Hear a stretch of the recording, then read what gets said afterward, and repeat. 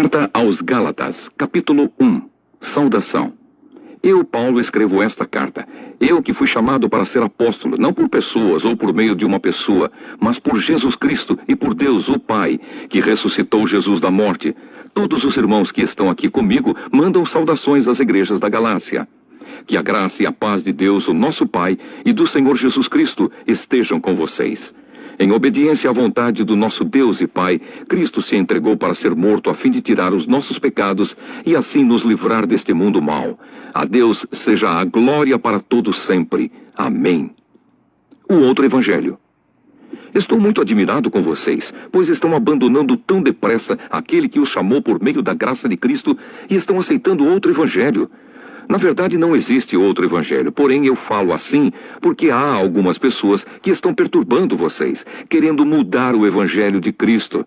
Mas se alguém, mesmo que sejamos nós, ou um anjo do céu, anunciar a vocês um evangelho diferente daquele que temos anunciado, que seja amaldiçoado. Pois já dissemos antes e repetimos, se alguém anunciar um evangelho diferente daquele que vocês aceitaram, que essa pessoa seja amaldiçoada. Por acaso eu procuro a aprovação das pessoas? Não. O que eu quero é a aprovação de Deus. Será que agora estou querendo agradar as pessoas? Se estivesse, eu não seria servo de Cristo. Como Paulo se tornou apóstolo?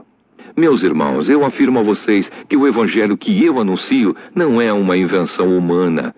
Eu não o recebi de ninguém, e ninguém o ensinou a mim, mas foi o próprio Jesus Cristo que o revelou para mim. Vocês ouviram falar de como eu costumava agir quando praticava a religião dos judeus.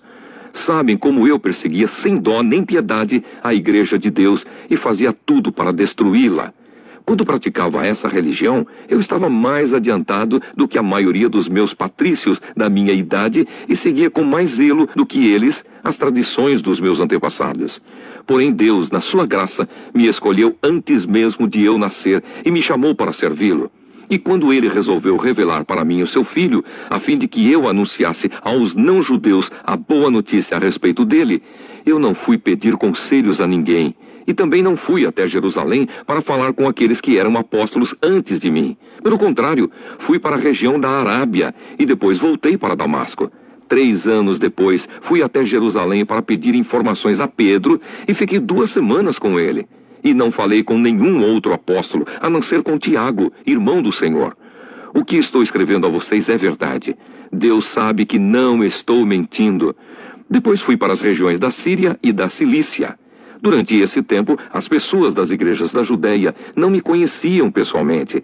Elas somente tinham ouvido o que outros diziam. Aquele que antes nos perseguia está anunciando agora a fé que no passado tentava destruir, e louvavam a Deus por minha causa. Resumindo e explicando. Dizendo-se apóstolo, Paulo reivindica para si a mesma autoridade que os 12. O evangelho que ele prega é o evangelho da salvação, obtida pela fé em Jesus Cristo, e não pela observância da lei. Os gálatas convertidos à fé cristã eram de origem pagã e nunca haviam praticado a religião judaica. Paulo anunciará a eles que o evangelho é, antes de tudo, a própria pessoa de Jesus Cristo, que morreu e ressuscitou para nos libertar do pecado e nos trazer a salvação através da fé. Todavia, alguns judeus convertidos anunciavam outro evangelho. Segundo eles, para a salvação era também necessário ser circuncidado e observar a lei judaica. Os judeu-cristãos criticam a autoridade de Paulo, dizendo que ele não é apóstolo como aqueles que Jesus tinha escolhido. E Paulo se defende, contando a história da sua vocação, confira Atos 9, nascida de uma experiência direta de Jesus Cristo morto e ressuscitado. Tal experiência o transformou profundamente, de perseguidor, ele se tornou apóstolo. Na origem da sua missão, portanto, não há nenhuma interferência humana. Quando Paulo vai a Jerusalém, é simplesmente para conhecer Pedro e Tiago, confira Atos 9 versos 23 a 30.